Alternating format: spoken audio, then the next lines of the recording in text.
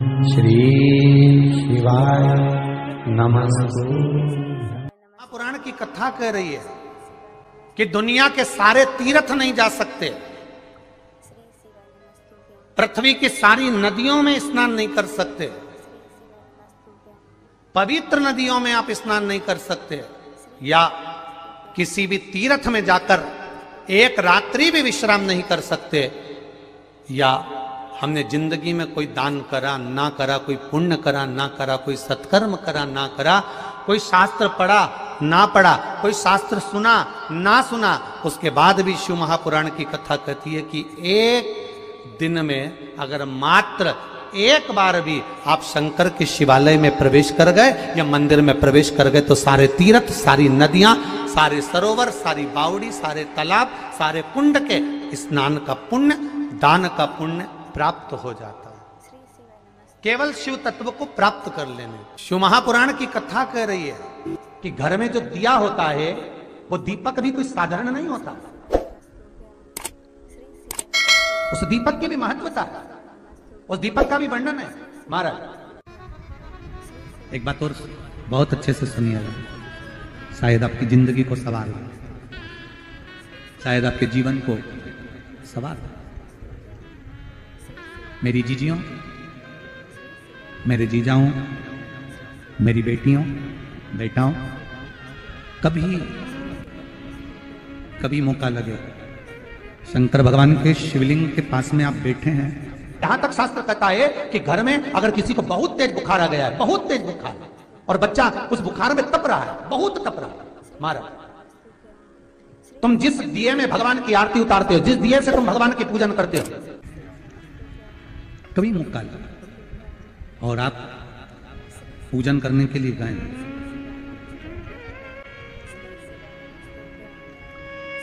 कभी पूजन करने के लिए, और आपको शंकर भगवान के शिवलिंग के पास में या शंकर भगवान के शिवलिंग के ऊपर कनेर का अगर पीला फूल देखा है ना आप लोगों ने, अरे बोलो तो जम के, देखा है? कनेर का यदि पीला फूल शिवलिंग के आसपास में या शंकर भगवान के ऊपर कहीं रखा हुआ भी दिख जाए, विषम परिस्थिति हो, बहुत हिम्मत ना हारते हो, तभी भगवान अकेले में एकांत में आप पहुंचे उनके पूजन के लिए, कनेर का पुष्प वहां रखा है, चाहे वो जलाधारी पर रखा हो, चाहे वो शिवलिंग के पास में रखा हो, शिवलिंग पर रखा हो, उस कनेर के पुष्प को अगर आप 5 जगह का स्पर्श कराकर अपने हृदय की बात कहकर वापिस महादेव को समर्पित कर देते हो तो भी मेरा महादेव तुम्हारे दुख का निवारण कर देगा। अब वो 5 स्थान, वो 5 स्थान, पहला गणेश जी, गणेश जी का जो स्थान होता है वह जगह, दूसरा षडानंद कार्तिक,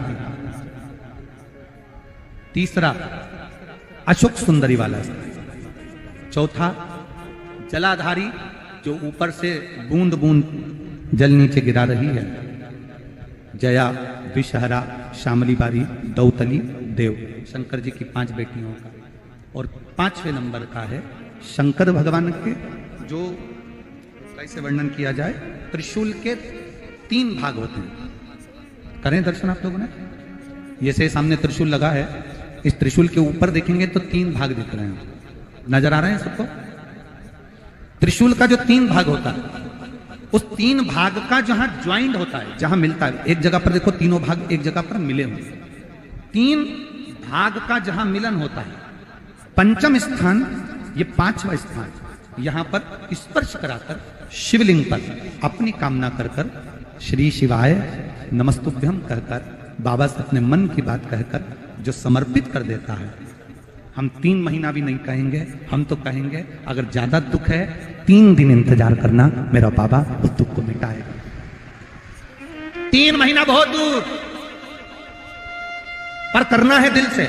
और कई तरह के दीपक होते हैं, दीपक का भी विधान वर्णन किया गया, उस दिए का भी वर्णन किया गया। यहां तक शास्त्र कहता है कि घर में अगर किसी को बहुत तेज बुखार आ गया है, बहुत तेज बुखार, और बच्चा उस बुखार में तप रहा है, बहुत तप रहा है, महाराज तुम जिस दिए में भगवान की आरती उतारते हो, जिस दिए से तुम भगवान की पूजन करते हो, उस दिए की बत्ती को नीचे डाल दीजिए और उस दिए को पानी की बाल्टी में धो दीजिए। कौन सी बाल्टी में? जिस बाल्टी के पानी से आप बच्चे को स्नान करा सको। मारा केवल भगवान पर से ले जाकर, पास में से ले जाकर उस बाल्टी में थोड़ी देर डाल दो और उस बाल्टी के पानी से उस बच्चे को स्नान करा दीजिए। 15 से 20 मिनट, आधा घंटा लगेगा बच्चे का। बड़ी बेचैन दिख रही हो तुम, क्या बात है?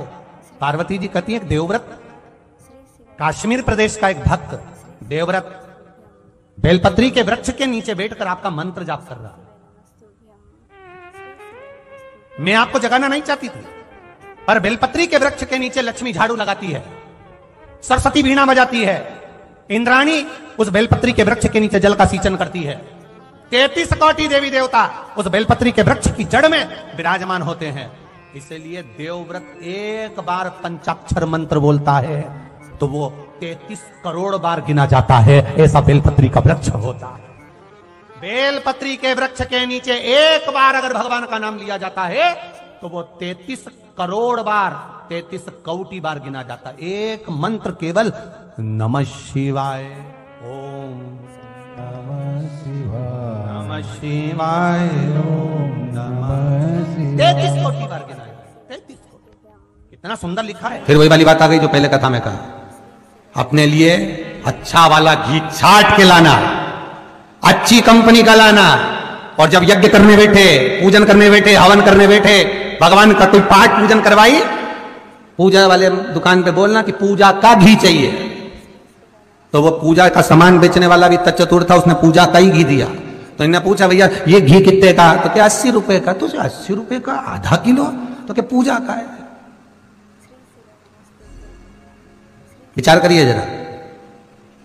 अब और मांग कितना रही है? बस बेटा सीए में पास हो जाए भगवान, इसीलिए मैंने पूजन कराई। अब भगवान बोल रहा 80 रुपया का घी हमको लगा रही चूना,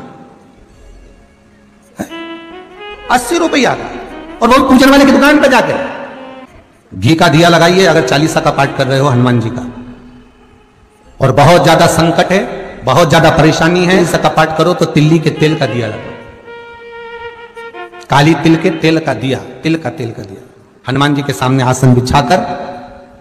बहुत तकलीफ है तो 3 पाठ प्रतिदिन करो और एक आसन से जितने समय 9 बजे अगर आप बैठते हो पाठ करने तो 9 बजे ही बैठना है।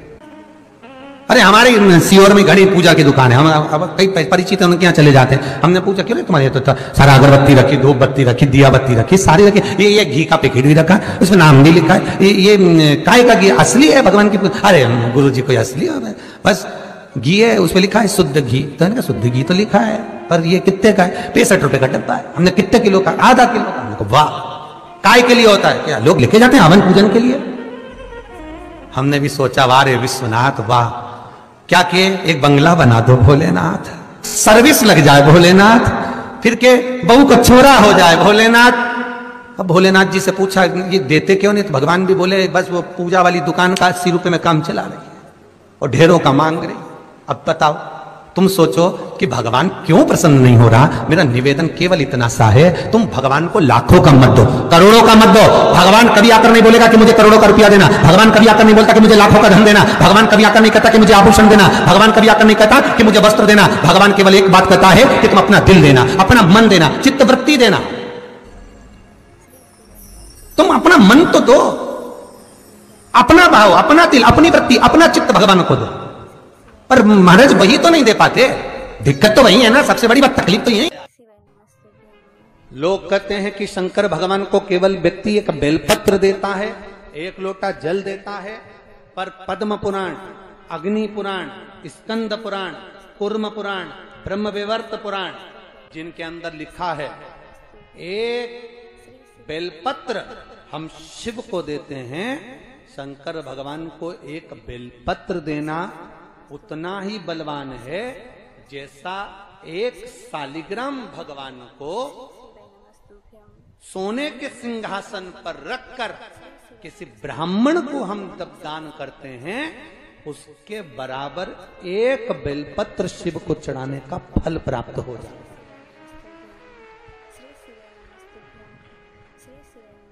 के बराबर का फल हमको केवल एक बेलपत्र से प्राप्त हो जाता है। भगवान एक बेलपत्र से प्राप्त हो जाता है। पूजन करते समय, तुलसी को जल चढ़ाते समय अभिषेक पूजन करते समय घर में आप पूजन कर रहे हैं, उस समय पर तुलसी को जल चढ़ा रहे हो, उस समय पर पीपल की पूजन कर रहे हो, उस समय पर बेलपत्री का पूजन कर रहे हो, उस समय पर आंवले का पूजन कर रहे हो, उस समय पर या कोई पूजन भजन आप कर रहे हैं, उस समय पर दरवाजे पर अगर 3 सामने खड़े हो जाते हैं तो ये समझ लेना कि आपकी पूजा को भगवान ने स्वीकार कर लिया। कौन 3 है उसका स्मरण करिएगा।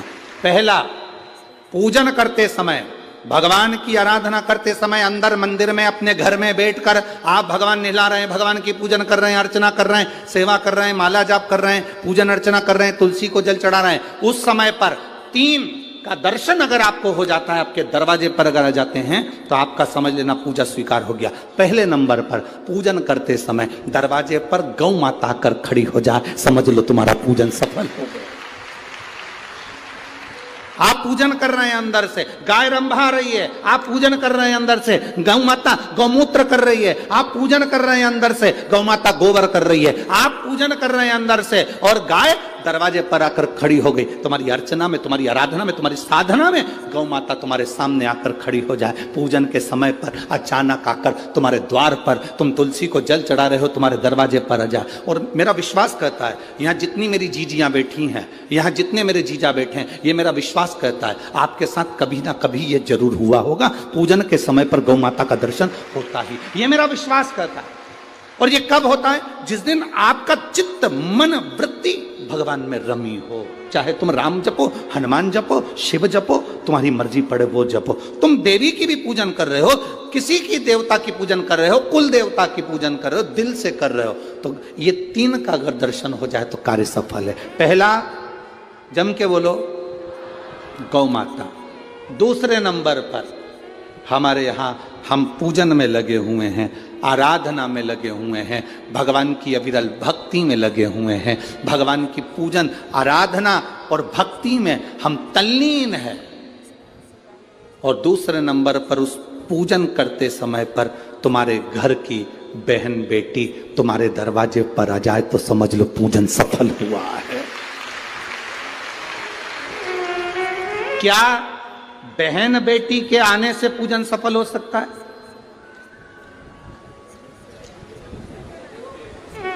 कहां लिखा हुआ है महाराज जी? आप इतनी बड़ी बड़ी बातें कहते हो। पूछने वाले पूछ सकते हैं, कहने वाले कह सकते हैं, आपने कैसे कह दिया कि बहन बेटी के आने से सफल हो जाता कार्य? तो आप उठाओ, हिमालय राज का बेटा बाणासुर से दोस्ती कर लेता, माता पार्वती का भाई बाणासुर से दोस्ती कर लेता है, और दोस्ती कर लेता है तो उसके चुंगल में फंस जाता है, बाणासुर के चुंगल में। भाई संकट में आ जाता है। आज हिमालय राज और मैनावती दोनों बैठकर भगवान की आराधना कर रहे थे, इतने में पार्वती का आगमन हो जाता है। पार्वती ने आते से ही देखा, पिताजी आप आराधना कर रहे हो, पूजन कर रहे हो, किस लिए, क्यों? मैनावती ने कहा तेरा भाई संकट में घिरा हुआ है। पार्वती ने कहा क्यों चिंता करते हो, क्यों चिंता करते हो? पिताजी मैं आई हूं ना, चिंता मिटा दूंगी, चिंता मिटा दूंगी, आप चिंता ना करें। क्या हुआ? बाणासुर तेरे भाई को कष्ट दे रहा। बेटी पार्वती ने संकल्प ले लिया, उस बाणासुर का अंत मैं करूंगी।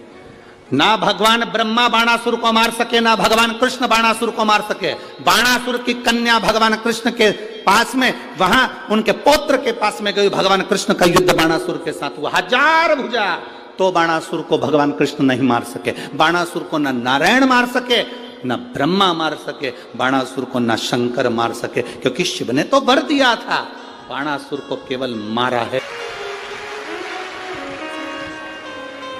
कोई तुमसे पूछे कि सियोर वाले महाराज ने कहा कि बहन बेटी के पूजन करते समय अगर बहन बेटी आ जाती है, पूजन करते समय हमारे घर की बहन बेटी, तुम्हारे कुल की बहन बेटी, तुम्हारे घर की बहन बेटी तुम्हारे दरवाजे पर आ गई, भले तुम उसको कुछ दो मत दो, पर बहन बेटी अगर तुम्हारे पूजन के समय पर तुम्हारे क्यों आप लोगों के ऐसा नियम है कि नहीं हमको नहीं मालूम। हमारे यहाँ तो ऐसा नियम है कि जब भी घर में कोई बड़ा आयोजन होता है, शादी होती है, फंक्शन होता है, कोई उद्यापन होता है, कोई चीज बड़ी करते हैं, तो सबसे पहले फोन बहन बेटी को लगाते हैं कि हमारी बहन हमारे यहाँ आए, हमारी बेटियां, हमारी नंदे हमारे यहाँ आए।